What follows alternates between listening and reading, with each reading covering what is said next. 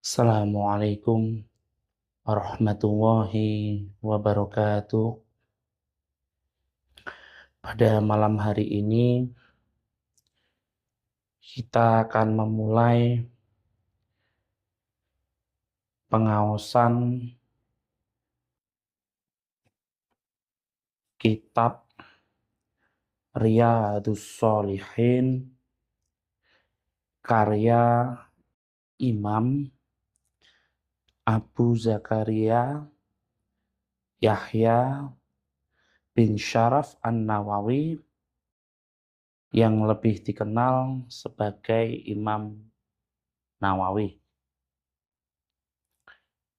Beliau dilahirkan di Nawa, yaitu sebuah desa di Damaskus yang sekarang berada di negara Syria.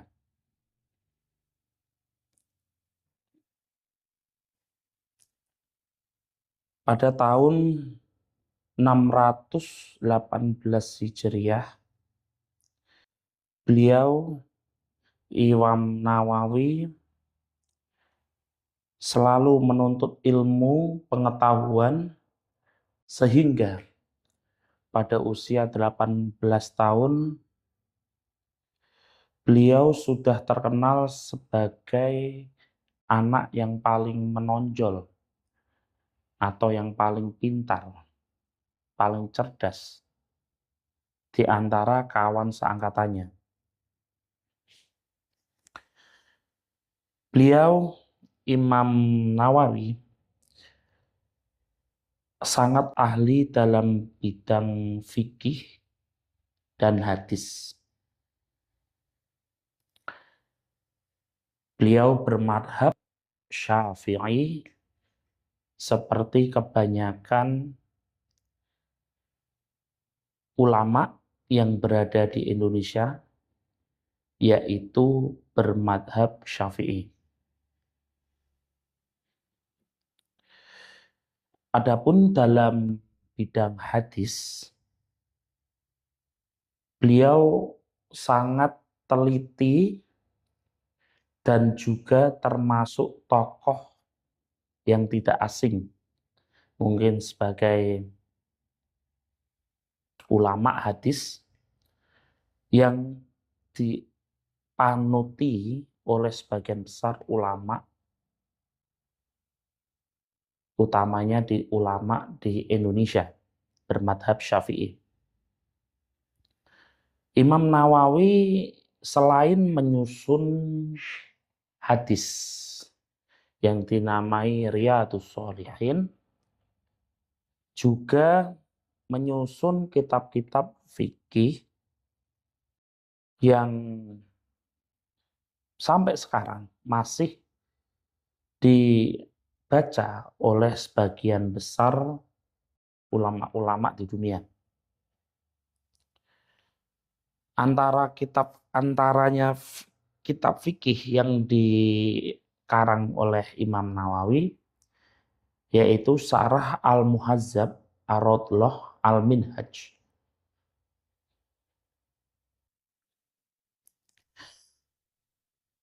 Dan masih banyak lagi kitab-kitab yang disusun yang sangat bermanfaat. Beliau wafat pada tahun 667 Hijriah di desa Nawa, tempat beliau dilahirkan. Yang mana sebelumnya dia menuntut ilmu di Damaskus. Baru menjelang kewafatannya, dia dipindah ke Nawa, dusun atau desa saat beliau dilahirkan. Sayangnya beliau meninggal atau dipundhut pada usia yang cukup muda, yaitu usia 48 tahun dan tidak meninggalkan keturunan karena beliau tidak berkeluarga. Semoga Allah senantiasa memberikan rahmat dan lapang kepada ilmunya. Dan alhasil dalam kitab karangannya akan mulai dari malam ini akan kita bahas insya Allah sampai khatam insya Allah.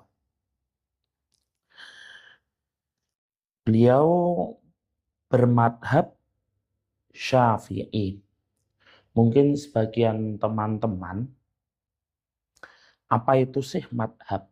Apa itu sih madhab? Madhab yang terkenal itu ada 4 di dunia ini. Maliki, Syafi'i, Hanafi, dan Hambali. Tapi untuk di Indonesia rata-rata atau sebagian besar orang Indonesia menganut madhab Syafi'i. Lalu apa itu madhab? Madhab itu sebuah pemikiran. Madhab, sekali lagi, madhab itu sebuah pemikiran.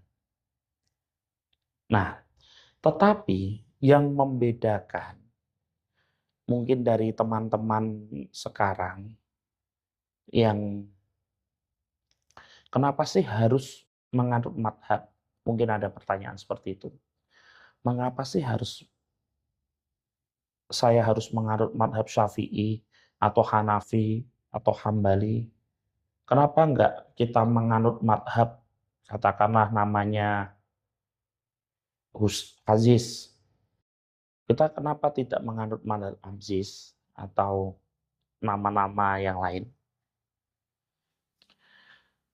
Madhab itu seperti yang saya katakan tadi. Madhab itu adalah sebuah pemikiran. Fikih, utamanya di fikih. Tetapi pemikiran itu memiliki sanad. Sanad yang sangat jelas sampai kepada baginda Nabi Muhammad SAW. Jadi sangat jelas madhabnya. Imam Syafi'i dari gurunya Imam Syafi'i, Maliki. Maliki dari Imam Ahmad. Terus sampai tabi'in sampai menuju Nabi. Jadi yang tidak dipahami anak-anak zaman sekarang atau orang-orang zaman sekarang, memang benar madhab itu sebuah pemikiran. Tapi kenapa kok madhab 4 itu yang benar-benar banyak dianut oleh sebagian besar orang? Dikarenakan para imam-imam ini bisa mensanadkan apa yang beliau ajarkan sampai dengan Nabi. Dan itu sanad itu sahih. Kenapa kok saya bilang bisa sahih? Sebab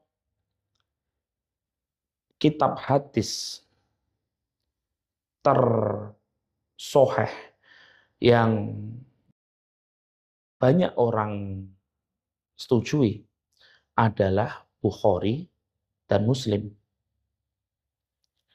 Sedangkan Imam Bukhari itu bermadhab Syafi'i. Kenapa kita menganut madhab Syafi'i? Mudahnya kita nggak usah berpikir kembali tentang kitab-kitab yang dicetuskan para ulama-ulama madhab Syafi'i. Dikarenakan semua kitab-kitab yang mereka susun ada sanad sampai Imam Syafi'i sampai ke Kanjeng Nabi.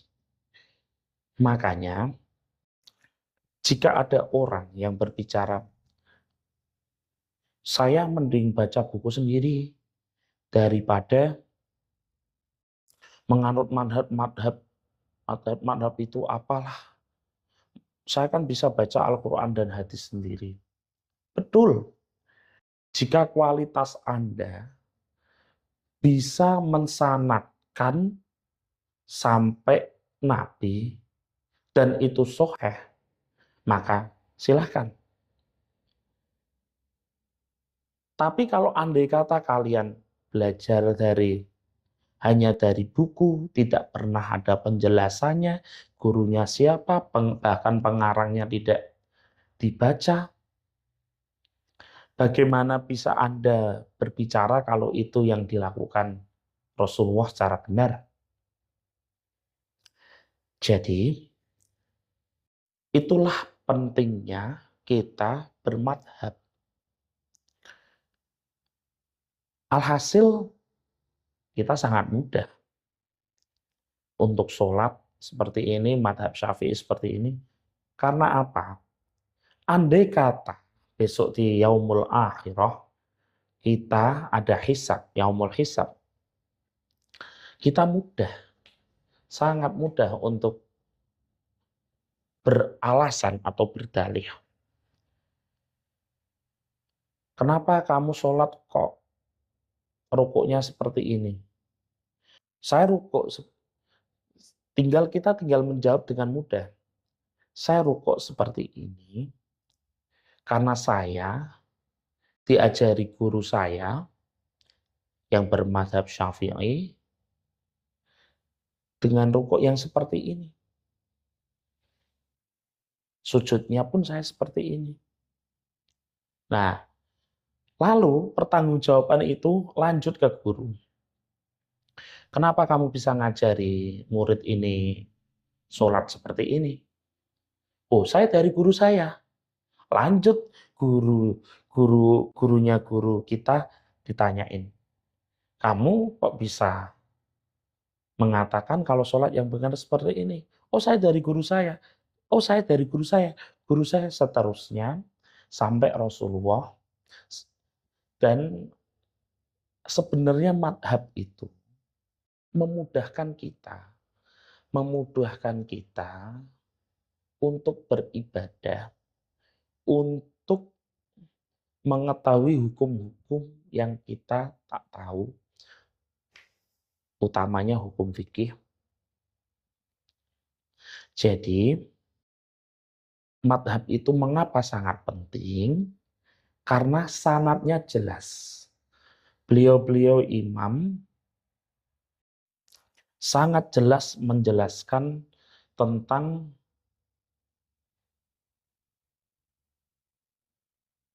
pelajaran-pelajaran untuk kita. Jadi, dan itu pun pasti aman. Pasti aman. Karena apa? Beliau-beliau ini sudah ditelaah, sudah ditanyakan ke gurunya, sudah diistiqoroi, jadi kita tinggal jalan. Nah, itulah pentingnya bermadhab. Bab pertama dalam kitab Riyadhus Shalihin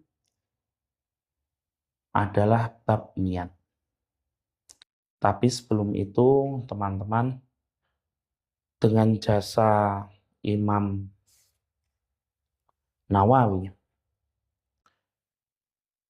saya meminta untuk menghadiahkan Al-Fatihah kepada beliau. Karena kan kita semua bisa belajar kitab yang beliau susun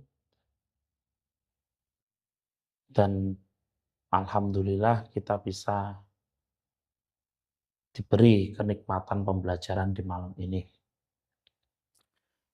Ila hadratin Nabi Mustafa Al-Fatihah. A'udzu billahi minasyaitonir rajim. Bismillahirrahmanirrahim. Iyyaka na'budu wa iyyaka nasta'in. Ihdinas siratal mustaqim. Shiratal ladzina an'amta 'alaihim ghairil maghdubi 'alaihim waladdallin. Kita lanjutkan. Bismillahirrahmanirrahim. Qala Allah Ta'ala, "Wa ma umiru illa liya'budullaha mukhlishina lahud-din hunafa'a wa yuqimus sholata wa yu'tuz zakata wa dzalika dinul qayyimah."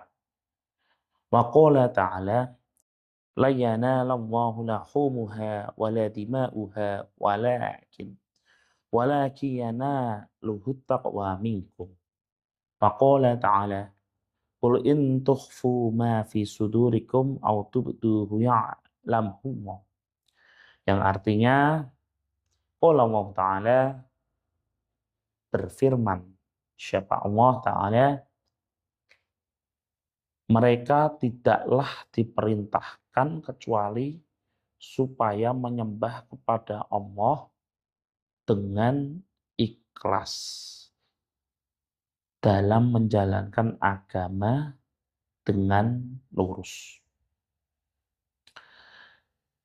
Dalam pembahasan kitab kali ini, pertama yang Imam Nawawi bahas adalah kita diperintahkan menyembah Allah dengan fanatik. Menurut guru saya dengan fanatik. Wa ma umiru illa liya'budullah. Dengan fanatik. Jadi orang fanatik itu jika menyembah atau menyukai itu sudah mencurahkan segala daya untuk yang disukainya. Contoh, saat orang fanatik sangat menyukai wanita, mereka akan mencurahkan segalanya hanya untuk wanita tersebut. Waktu sama. Dengan Allah pun seperti itu, harus dijalankan dengan fanatik. Nah, lalu caranya fanatik gimana? Yaitu mengikuti perintahnya. Mendirikan sholat, menunaikan zakat, dan itulah agama yang sebenar-benarnya. Dalam arti niat untuk menjalankan agama itu harus fanatik, harus lurus. Fanatik, lurus. Nah, dalam firman kedua, Allah Ta'ala berfirman, tidaklah sampai kepada Allah daging dan darah kurban, tetapi yang sampai kepadanya adalah takwa dari kamu sekalian. Jadi kalau kalian berkurban, itu tidak ada artinya sebenarnya untuk Allah. Nggak ada artinya sama sekali. Jadi yang paling penting dalam berkorban ialah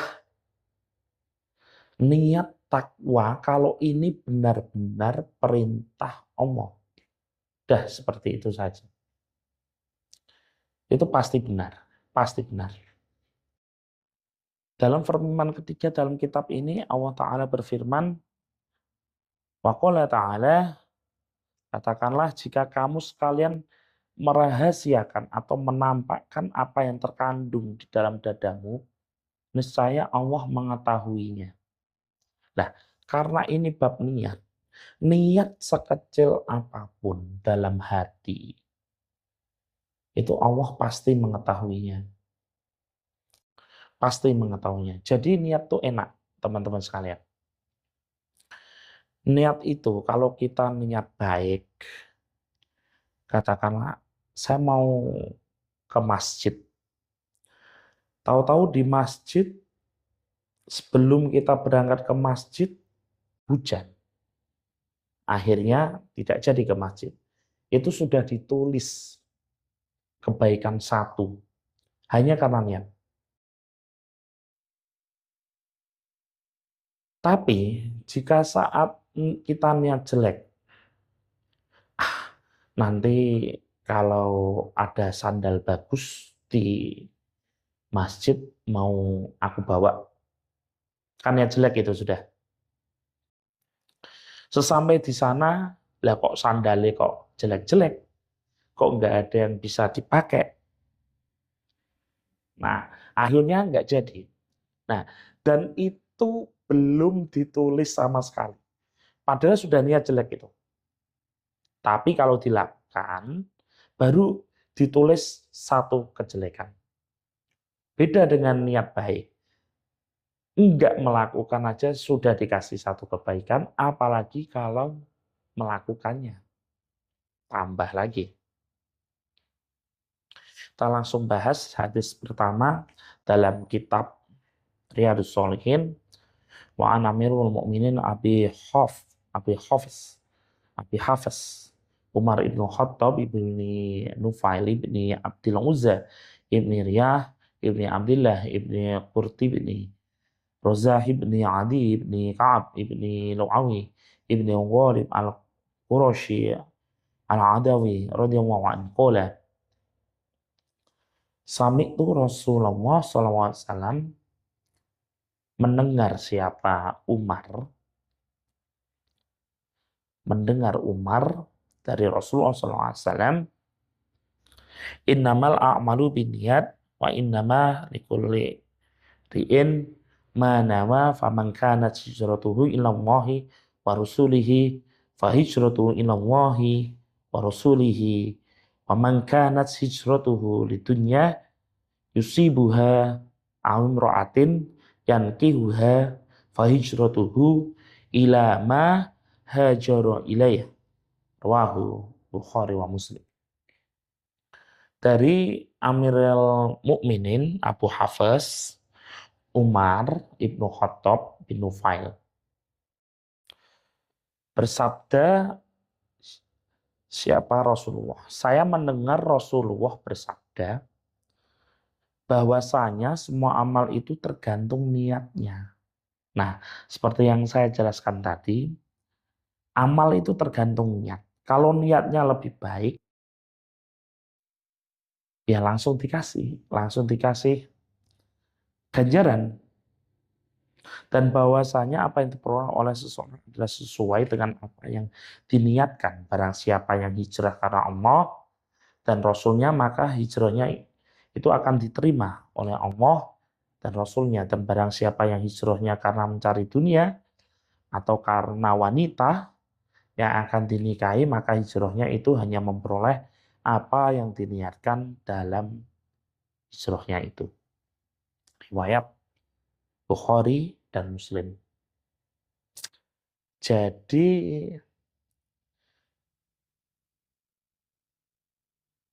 tergantung niat deh. Niat itu seperti yang saya katakan tadi. Niatnya baik, dapatnya baik. Nah, terus permasalahan kehidupan seseorang itu kan kompleks. Dalam artian sudah terjadi baru niat. Itu apakah boleh? Boleh. Contoh. Sudah terjadi. Ini yang sering terjadi saya contohkan yang sering terjadi pada masyarakat, yaitu saat orang hutang kepada kita. Niat pertama kan hutang, biar mungkin untuk membantu atau apa. Entah saat orang meminta hutang kepada kita, kita kasih.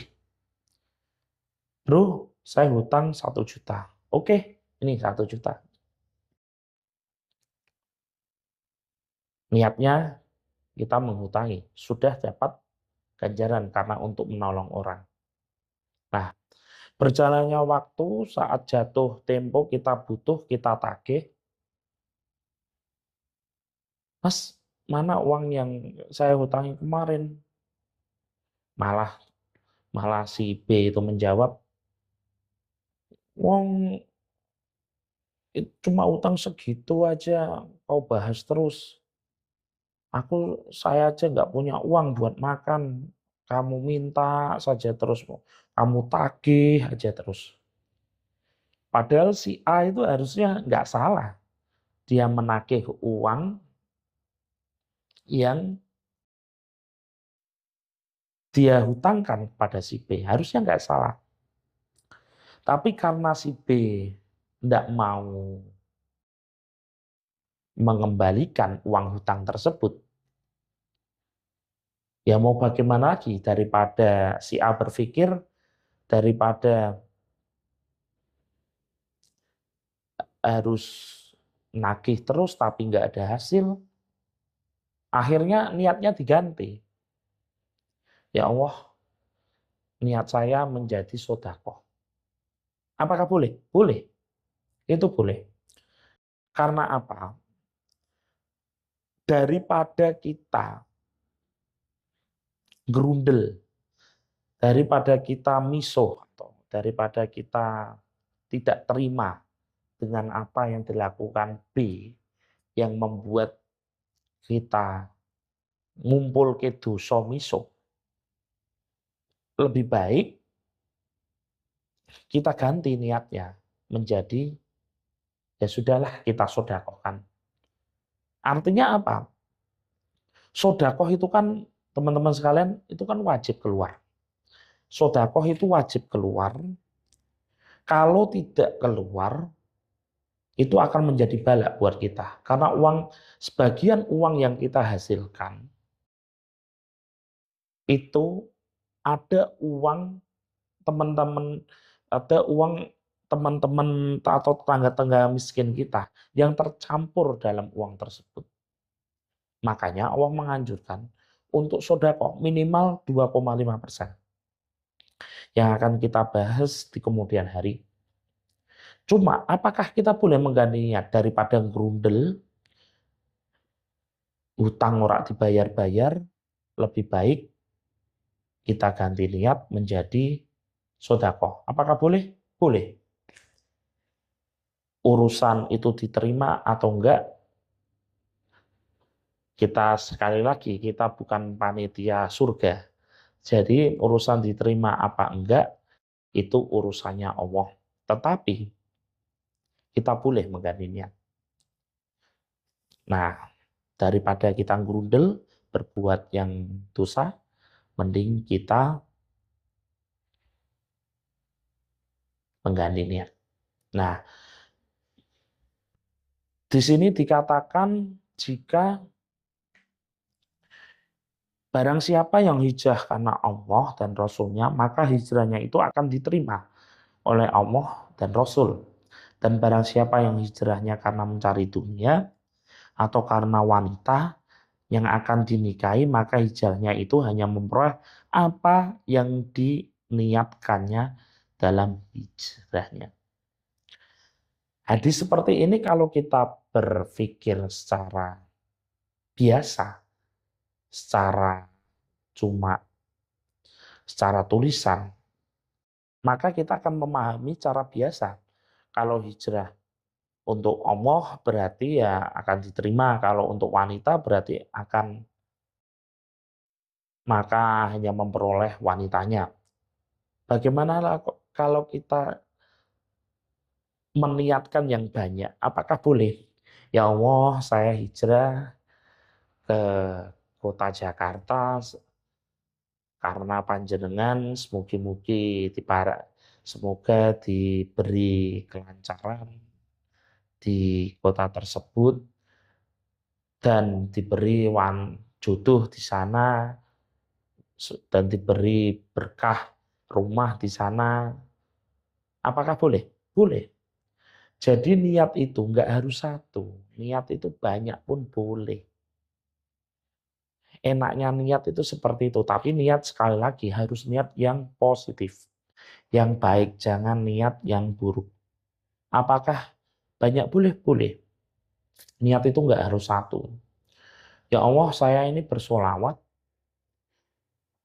karena saya cinta Nabi. Karena saya cinta Nabi ya Allah. Dan biar anak saya nanti bisa sukses di kemudian hari, dan biar dimudahkan rezekinya, dan dan dan dan dan seterusnya. Apakah boleh? Boleh.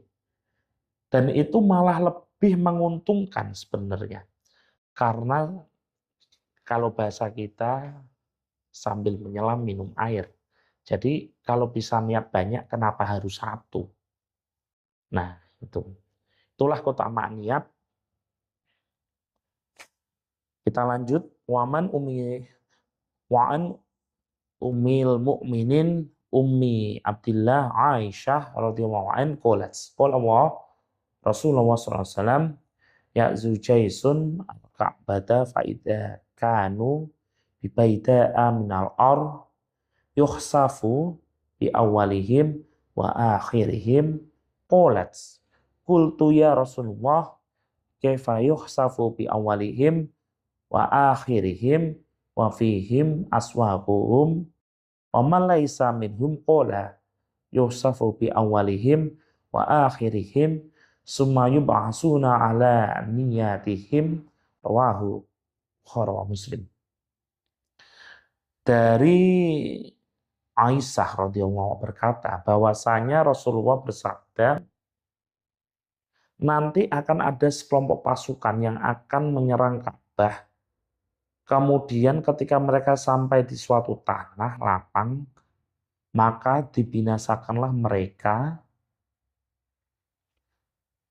semua sejak dari yang paling depan sampai yang paling belakang.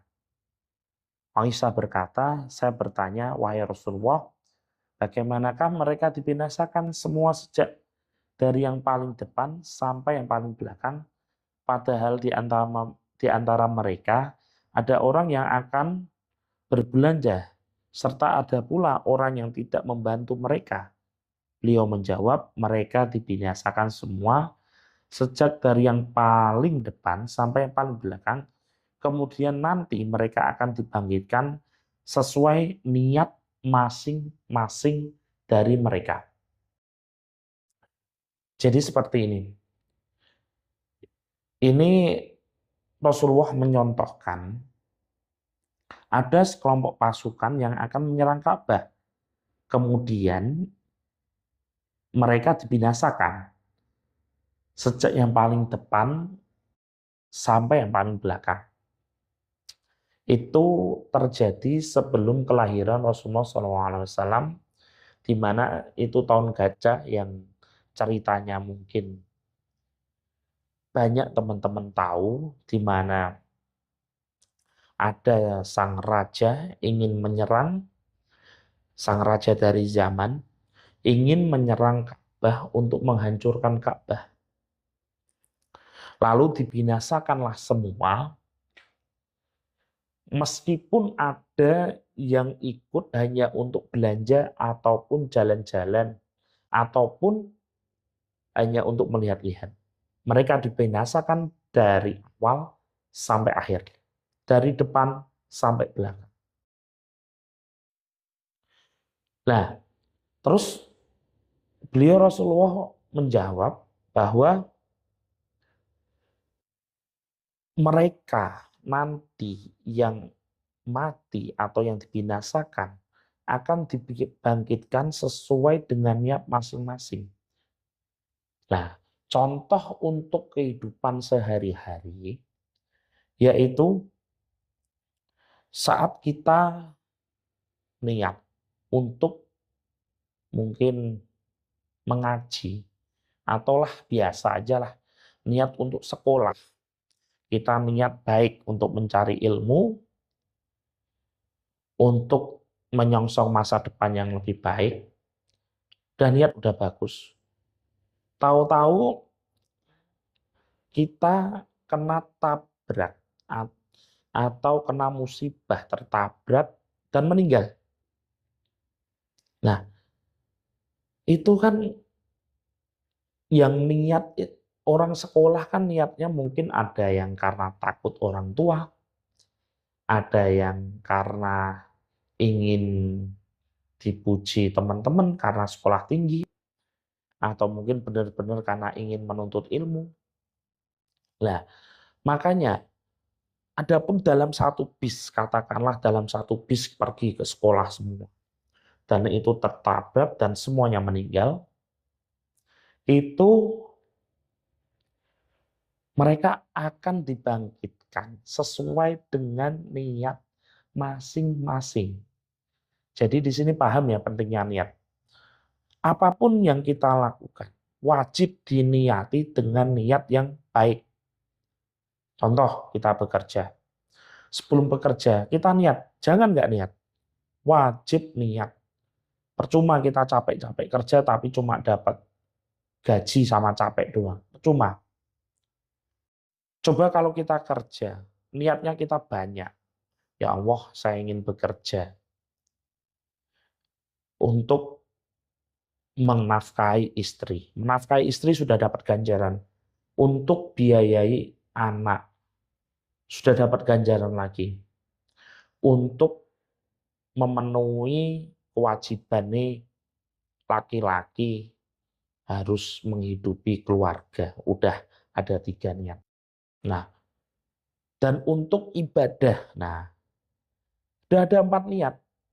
Andai kata terjadi apa-apa saat kerja, entah itu nggak digaji, entah itu orangnya kabur, kita kan nggak dapat uang. Tapi yang jelas sudah dapat pahala, ganjaran.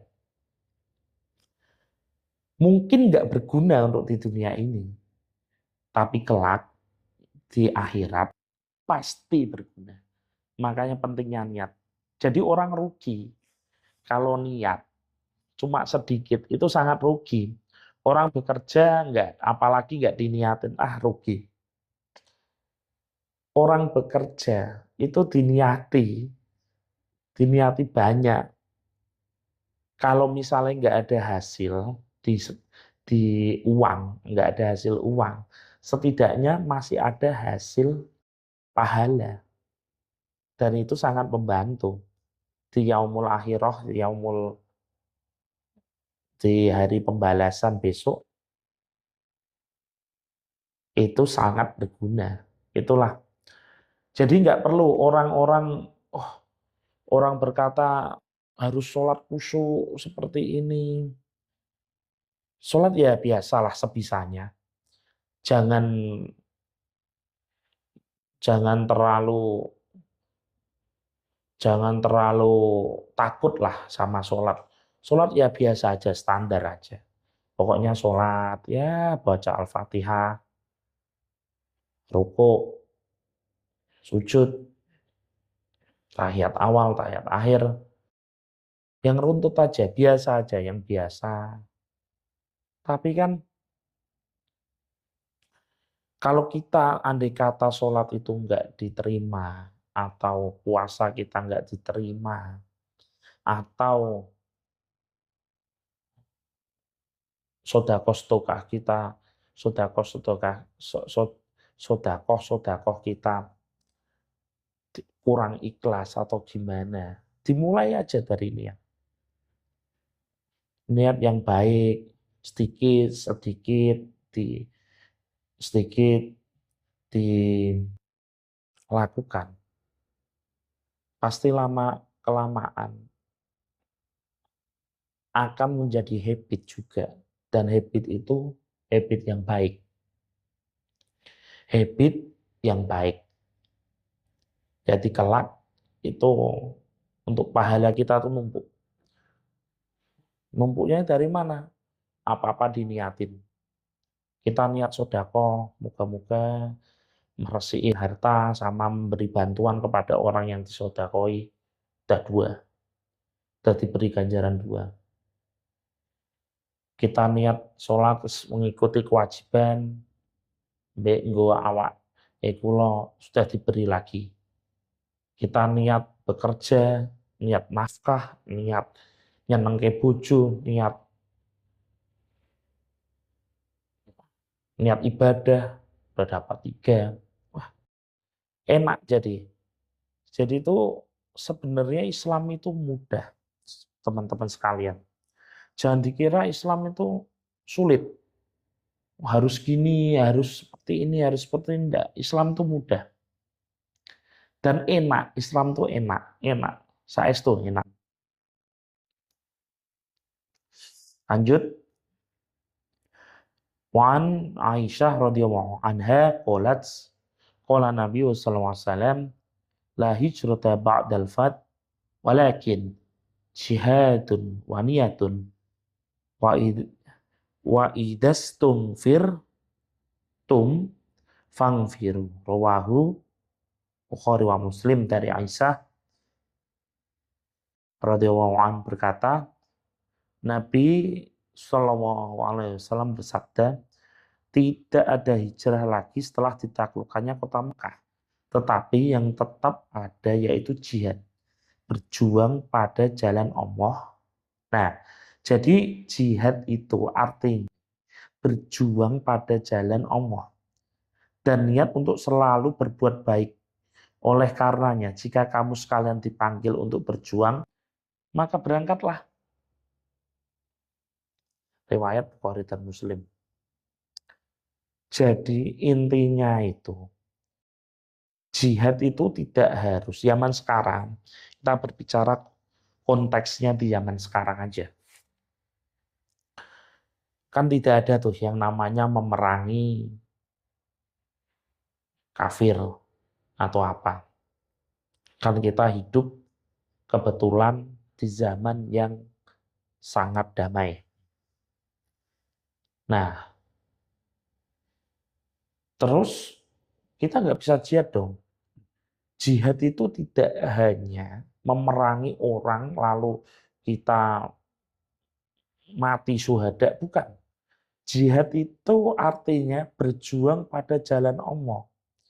Jadi kalau kita bekerja, kita berpuasa, kita sholat, kita bersedekah, itu ya jihad namanya. Karena dia berjuang pada jalan Allah.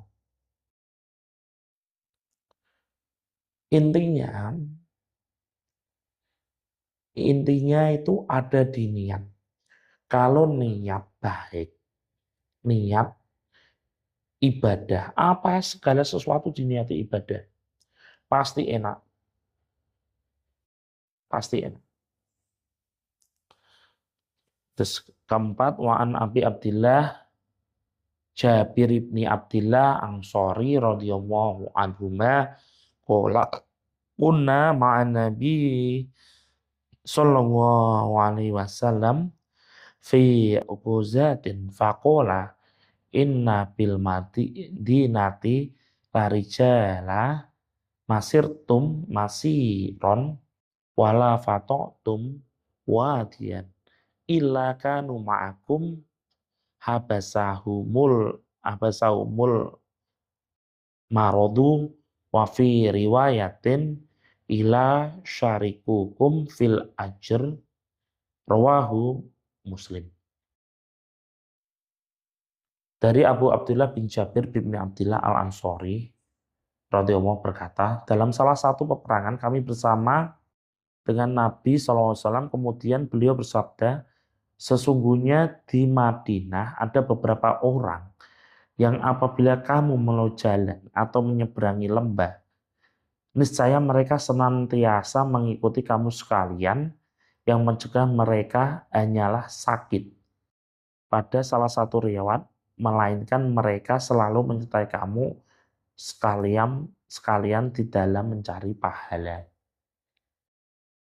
Hadis kelima, warawahul Bukhari an Anas radhiyallahu anhu qala roja'na min azwati tabuka ma'an Nabi sallallahu alaihi wasallam faqala inna aqwama khalfana bil madinat ma salakna syi'ban wala wadiyan illa wa hum ma'ana habasahumul utru.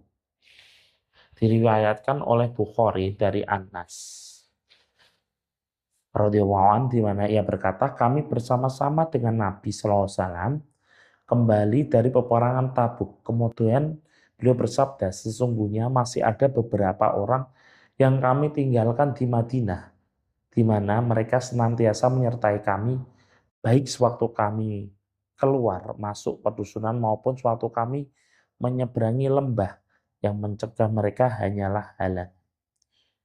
Wa'an Abi Yazid Ma'ani bin Yazid bin Anas radhiyallahu anhum wa abuhu wa jadduhu sahabiyuna qala kana abi Yazid akhraj dananira yatasaddaqu biha fawadu'aha inda rajulin fil masjid faji'tu fa'akhadtuha fa'ataituhu biha faqala Allah hi ma iyyaka aradtu fahasumtuhu ila Rasulillah sallallahu alaihi wasallam faqala laka ma nawaita ya Yazidu walaka ma ahatta ya Ma'an. Dari Abu Yazid bin Al-Akhnas radhiyallahu anhu, di mana dia bapaknya dan kakaknya adalah sahabat. Dia berkata, ayah saya Yazid mengeluarkan beberapa dinar untuk bersedekah. Kemudian ayah mempercayakan kepada seseorang yang berada di dalam masjid untuk membagi-baginya. Saya datang ke masjid dan meminta dinar itu. Kemudian saya datang ke tempat ayah dengan membawa dinar itu. Lantas ayah berkata, demi Allah, bukan untuk kamu dinar itu saya sediakan. Kemudian peristiwa ini saya sampaikan kepada Rasulullah, maka bersabda, bagimu apa yang kau niatkan, hai Yazid, dan bagimu apa yang kau ambil, hai Ma'an. Jadi dalam hadis ini,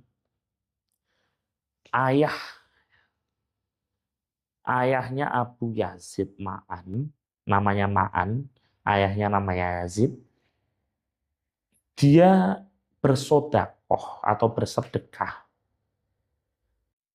Kemudian ayahnya, yaitu Yazid, mempercayakan kepada seseorang dalam masjid. Nek zaman saiki marbot masjid. Lalu anaknya Yazid itu namanya Ma'an tuh. Nah, tahu-tahu Ma'an kan itu dibagi-bagikan untuk membagi-bagikan di masjid. Lah, Ma'an itu datang di masjid. Nah, karena dia datang, yang lain dapat dinar atau uang. Ya Ma'an ya ngangger ngatong. Jadi dia dapat dinar. Jadi dia juga meminta dinar itu juga, tapi dikasih dinar itu juga. Nah, setelah itu Ma'an itu balik kepada ayahnya.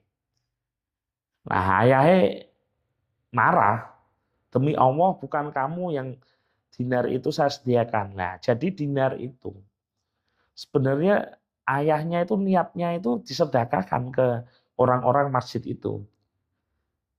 Nah, kemudian peristiwa seperti itu disampaikan kepada Rasulullah. Nah, Rasulullah bersabda, bagimu apa yang kau niatkan, hai Yazid, dan bagimu apa yang kau ambil, hai Ma'an. Jadi, intinya, niat sebenarnya Yazid itu apa? Kalau niatnya sodakoh, untuk dibagi-bagikan ke masjid, dan tahu-tahu anaknya Yazid ini Ma'an, ini ke masjid, dan mendapat uang itu, ya tidak masalah. Soalnya niate itu dia sodakoh. Dan sedekah itu menurut saya itu wajib. Dan memang wajib sedekah itu. Sedekah itu wajib dari penghasilan kita. Karena sedekah itu membersihkan uang-uang kotor yang kita dapat. Jadi dalam hadis ini, kalau tidak sengaja sedekah itu didapat anaknya atau apa, itu tidak masalah. Itu tidak masalah karena yang diambil itu dari niatnya. Kalau niatnya Ma'an ini jelek, aku datang ke masjid untuk duit, ya tidak ada hubungannya dengan ayahnya, dengan Yazid. Yazid niatnya sedekah, ya tidak masalah. Toh udah dibagi-bagikan. Seperti itu. Jadi itulah pentingnya niat. Lanjut dari Abu Ishaq Sa'ad bin Waqqas, Malik bin Uheb bin Abdul Manaf, bin Zuhro, Ka'ab bin Lu'ay al-Qurashi al-Zuhri radhiyallahu anhu. Salah seorang di antara 10 orang yang dijamin masuk surga, ia berkata, Rasulullah bersabda, menjenguk, maaf, maaf. Salah seorang di antara 10 orang yang dijamin masuk surga, ia berkata, Rasulullah SAW menjenguk saya pada musim haji wada karena saya sakit keras. Kemudian saya berkata, wahai Rasulullah, sesungguhnya sakit saya ini sangat keras. Sebagaimana yang Tuhan lihat, sedangkan saya mempunyai harta yang cukup banyak dan yang mewarisi hanyalah seorang anak perempuan. Maka bolehkah saya sedekahkan 2/3 dari harta saya? Beliau Rasul menjawab, tidak boleh. Saya bertanya lagi, jadi yang bertanya itu antara salah seorang di antara 10 orang yang dijamin masuk surga ya. Itu separuh wahai Rasulullah, beliau menjawab tidak boleh. Saya bertanya lagi, sepertiga wahai Rasulullah, beliau menjawab sepertiga itu cukup banyak dan cukup besar. Sesungguhnya bila kamu meninggalkan ahli warismu kaya-kaya, maka itu lebih baik daripada kamu meninggalkan mereka dalam keadaan miskin, sehingga mereka terpaksa meminta-minta kepada sesama manusia. Sesungguhnya apa yang kamu nafkahkan dengan maksud untuk mencari ridha Allah, pasti kamu diberi pahala. Karena sehingga apa yang dimakan oleh istrimu. Abu Ishaq berkata, kemudian saya bertanya kepada Rasulullah, apakah saya akan segera berpisah dengan kawan-kawanku? Beliau menjawab, sesungguhnya kamu belum akan berpisah, kamu masih akan menambah amal yang kamu niatkan untuk mencari ridha Allah, sehingga akan bertambah derajat dan keluhuranmu. Dan barangkali kamu akan segera meninggal setelah orang-orang dapat mengambil manfaat dari kamu, di samping ada juga orang lain yang merasa dirugikan oleh kamu. Wahai Allah, lanjutkanlah bagi sahabat-sahabatku hijrah mereka dan janganlah engkau mengembalikan mereka ke tempat yang mereka tinggalkan, tetapi kasihan si Sa'ad bin Kaulah yang selalu disayang oleh Rasulullah, ia mati di Mekah. Riwayat Bukhari dan Muslim. Jadi dalam hadis kala ini mengisahkan ada seseorang yang memiliki harta yang cukup banyak dan anaknya cuma perempuan. Hartanya banyak, anaknya cuma perempuan. Nah, jatah perempuan itu kan setengah. Nah, orang yang sakit ini berkata, bolehkah saya sedekah 2/3 dari harta saya? Jadi 2/3 mungkin sekitar, kalau harta itu 100%, berarti 2/3 itu adalah kurang lebih 70%. Kurang lebih. Nah, lah Rasul menjawab, tidak boleh. Nah, saya bertanya, separuh wahai Rasulullah, jadi 50%. Beliau menjawab, tidak boleh juga. Saya bertanya lagi, sepertiga wahai Rasulullah. Sepertiga itu kalau 100%, kemungkinan sekitar 32%-an lah. Dari 32,5, ya sekitar segituan lah. Nah, sepertiga itu cukup banyak dan cukup besar.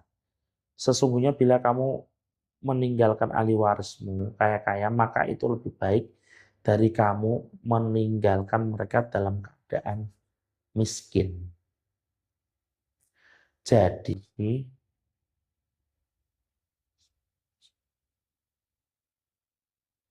kalau kalian memiliki harta dan merasa kalau akan meninggal.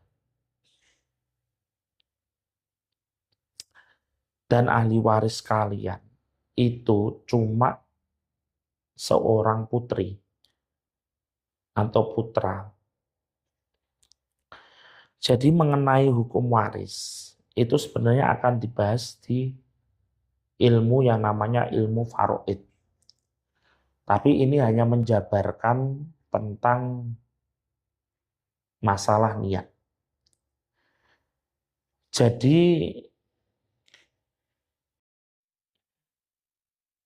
anak perempuan itu, kalau kita memberi anak perempuan saat masih hidup, itu harus lebih banyak daripada anak laki-laki.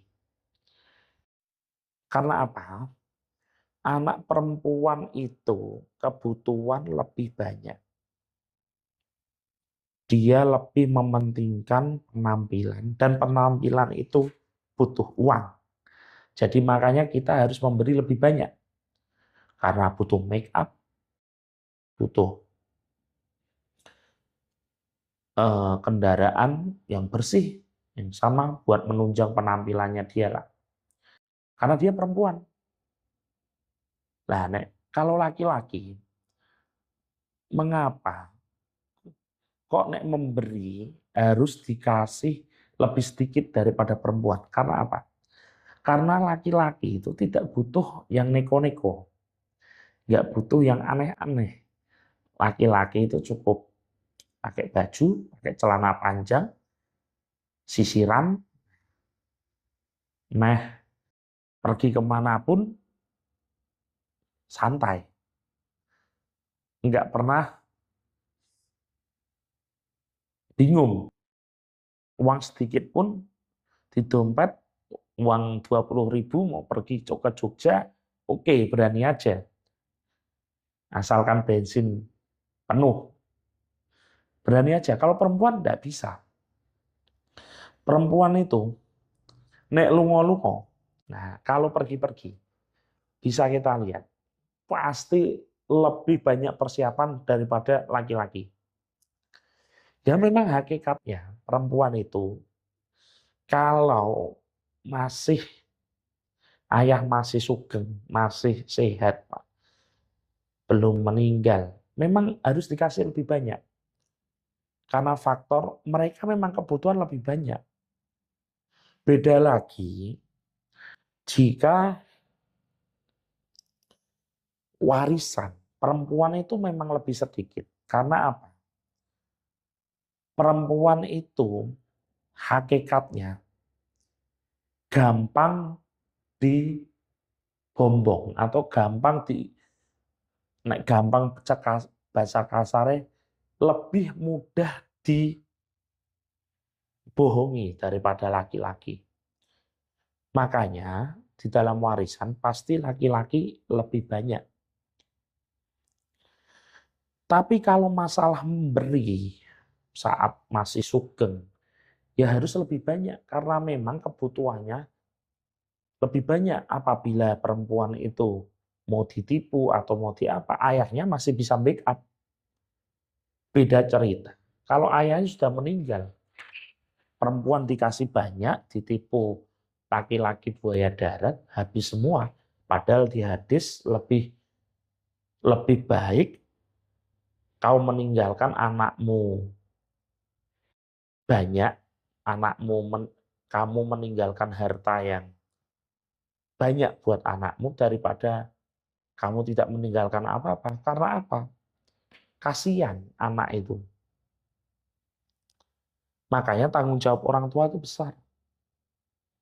Dan harus bijaksana. Kalau orang tua masih sehat, masih hidup, perempuan harus diutamakan. Dikasih lebih banyak buat beli make up, buat beli apa. Memang seperti itu. Soalnya perempuan itu kalau dia sudah dipinang oleh laki-laki, itu sudah bukan tanggung jawab ayah. Bukan tanggung jawab ayah. Itu sudah tanggung jawabnya perempuan. Tapi zaman sekarang kita ya tetap bantulah anak-anak kita yang perempuan. Nah, beda dengan laki-laki. Laki-laki kenapa waktu kita masih hidup kok diberi lebih sedikit? Laki-laki itu hakikatnya menghidupi perempuan. Kalau kita kasih terlalu banyak kepada laki-laki saat kita masih hidup, dia terlalu enak. Akhirnya malah waktu dia menikahi orang, dia malah menggantungkan kita, menggantungkan orang tuanya. Makanya itu lebih baik dikasih lebih sedikit dan dia berusaha. Alhasil saat mereka sudah menikah, mereka ada rasa tanggung jawab buat mencukupi istrinya. Nah, kita sebagai orang tua tetap ya namanya anak nggak boleh ditinggalkan. Anak itu paling penting. Niat kita anak tetap kalau sekolah. Mohon maaf Bapak Ibu sekalian, teman-teman sekalian. Sekarang itu sekolah agama itu cuma 2 jam. Cuma 2 jam dalam waktu 1 minggu. Dan itu pun basic semua. Sedangkan agama itu harusnya porsinya itu sama dengan umum. Saya nggak bilang umum itu suatu yang nggak penting. Penting. Bahkan wajib kuliah, wajib. Kuliah harus. Tapi kalau dari kecil kita nggak pernah mendidik agama anak-anak, nggak pernah tahu mana itu keadilan, mana itu perintah yang benar gimana. Alhasil saat kita punya anak, kita nggak punya ilmunya.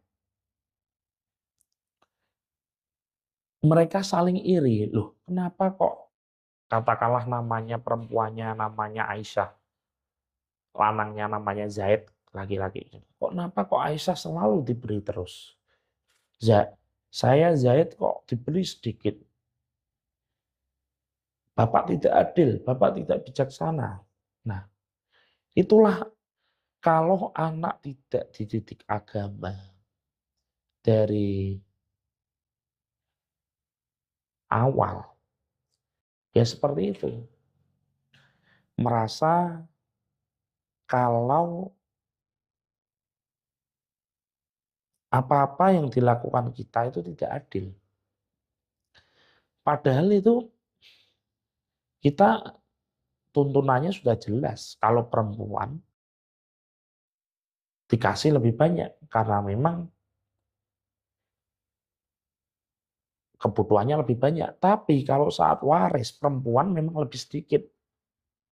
Alasannya apa? Karena perempuan itu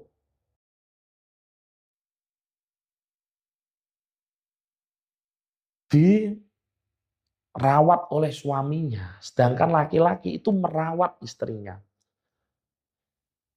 Coba kita berbicara tentang waris. Perempuan itu anggap aja 1 jatahnya, laki-laki 2. Kan 3 toh. Ya toh. Saya sama istri saya dijatah 1 sama orang tuanya. Saya dijatah 2 sama orang tua saya. Lah kan akhirnya kan ya sama dengan 3.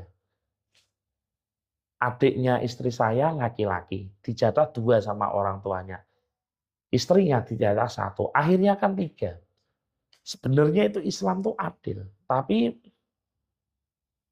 bagaimana ilmu itu bisa sampai ke pikiran lalu sampai ke hati, itu yang susah. Sebenarnya kan adil kan, sama aja. Istri saya dapat 1, tapi saya dapat 2, ya kan 3. adik saya perempuan, dia dapat 1 dari ayah saya, tapi suaminya dapat 2, kan 3, sama-sama 3 kan. Jadi kalau ilmu dipahami secara literasi, secara literal, itu enak. Secara ilmu benar-benar secara literal itu enak memahaminya. Jadi tidak ada yang katanya nama tidak adil, kok orang tua kok seperti itu, tidak ada. Kalau orang tua berilmu, anaknya berilmu, pasti mereka saling memahami, pasti. Nah, itulah pentingnya kita untuk menyekolahkan anak ke tempat yang balance. Jadi antara ilmu agama dan ilmu umum, atau bisa dikatakan ilmu umum ya. Karena ilmu umum itu untuk membekali anak kita ke dunia ini, ilmu agama untuk membekali kita ke akhirat. Kalau kurikulum zaman sekarang agama menjadi sedikit, sebenarnya kan ini kan kurikulum Belanda aja ini. Diutamakan umum-umumnya, agamanya nggak selalu dikesampingkan. Alhasil apa? Banyak anak SMP, anak SMA sudah melewati batas. Entah itu pergi malam-malam, minum, megang senjata, alhasil di Semarang itu masih sangat rawan lah anak-anak SMP, SMA itu menjadi dalang di balik pembegalan. Itu kan karena dasar agamanya itu kurang. Jadi teman-teman sekalian, kalau bisa putra-putri kita disekolahkanlah agama, seenggaknya mereka tahu batasan. Enggak harus mereka pintar, enggak harus mereka menjadi kiai, enggak. Yang penting batasan-batasan agamanya itu mereka tahu. Dan kadang ada yang berbicara, pesantren itu atau tempat-tempat agama itu guru-gurunya malah melakukan tidak asusila kepada murid-muridnya. Rata-rata kan banyak seperti itu kan. Sebenarnya kenyataannya itu tuh hanya media yang banyak, media yang menyebar isu itu aslinya itu dari 1.000 atau bahkan 10.000 itu cuma ada 1. Tempat-tempat majelis-majelis seperti ini itu ada ribuan, Pak. Ribuan, teman-teman. Atau bahkan puluhan ribu. Yang melakukan itu tuh cuma 1. Tapi media-media asing, media-media yang tidak pro tentang Islam, tidak pro, itu membuat seakan-akan itu terjadi di banyak tempat. Tindak asusila kepada santriwati seperti ini. Seakan-akan itu tuh sudah semua pesantren atau semua sekolah Islam seperti itu. Sebenarnya tidak, Bapak. Sebenarnya itu tidak seperti itu. Orang-orang itu hanya 1:1000 atau 10.000. Makanya hoax dalam media sosial semakin banyak menyudutkan Islam atau pengajaran tentang Islam. Itu sangat banyak itu karena apa? Karena orang Muslim, orang Islam. Kita bicara sejarah. Dalam sejarah, Islam jika bersatu, Itu orang-orang non orang-orang kafir atau orang-orang, ya kita sebutnya kafir itu dalam Islam itu disebut non muslim ya. Non muslim itu disebut kafir. Tapi kafir dalam sekarang itu seperti kata-kata yang sangat keras. Padahal itu ya sebenarnya biasa, orang yang non muslim itu ya namanya kafir. Cuma karena bahasanya menurut zaman sekarang itu ada bahasa kasar, maka kita sebut non muslim.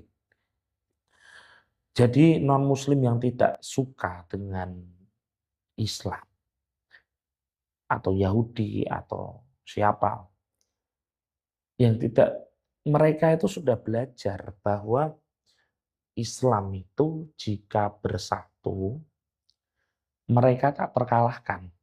Sejarah bisa membuktikan.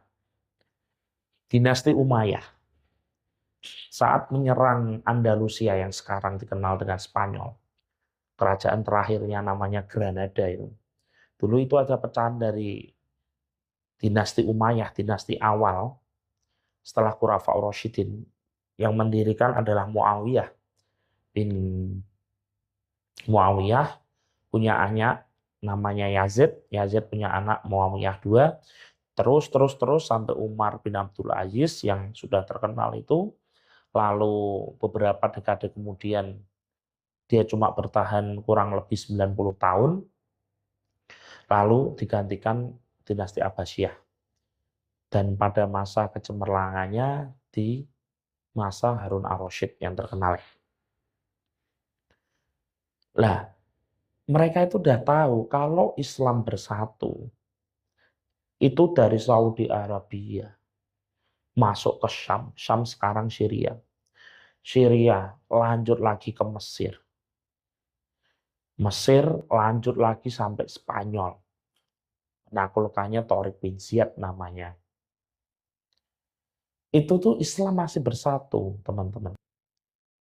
Jadi itu orang-orang yang tidak suka dengan Islam itu belajar, mereka para Zionis-Zionis itu mereka belajar. Oh, ternyata itu Islam kalahnya dengan perpecahan. Perpecahan di dalam seperti madhab, kayak gitu aja di perselisihan. Sebenarnya seperti kisah-kisah seperti itu tuh tidak ada di zaman Harun ar-Rasyid, di zaman Umar bin Abdul Aziz tidak ada seperti itu. Berbeda pendapat langsung perpecahan, tidak ada. Cuma karena pinternya media Zionis, media musuh-musuh Islam, dikulik terus kesalahan yang mungkin 1 dari 10.000 atau satu dari 1.000, dikulik terus akhirnya seperti itu tuh seperti image yang melekat kepada Islam. Sebenarnya Islam kan enak sekali. Niat dikasih ganjaran, niat satu belum niat baik dikasih pahala, niat dua dikasih juga, niat ketiga dikasih juga, padahal yang dilakukan cuma satu. Yang saya contohkan bekerja itu. Bekerja, niat nafkahi, ganjaran. Niat ibadah, ganjaran. Kan enak sebenarnya. Dengan niat enak sebenarnya kan nggak nggak susah Islam itu. Enak. Rahmatan lil alamin. Jadi rahmat. Bukan untuk Muslim aja, bukan untuk orang Islam. Non Muslim pun dapat rahmatnya. Kan enak kan kayak gitu. Maka dari itu, anak diusahakanlah kalau sekolah umum diimbangi, kalau sorenya dituntun untuk ngaji lah, untuk ngaji biar imbang. Jadi mereka tuh tahu mana yang baik dan mana yang nggak boleh dilanggar. Jadi mereka itu, kita tidak bisa 24 jam mengawasi anak, mengajari anak. Kita tidak bisa. Lebih baik memberikan pengajaran pada orang-orang yang memang bisa mengajar. Dan alhamdulillah kita sudah sampai di ayat 8, kita akan lanjutkan di kemudian hari. Assalamualaikum warahmatullahi wabarakatuh.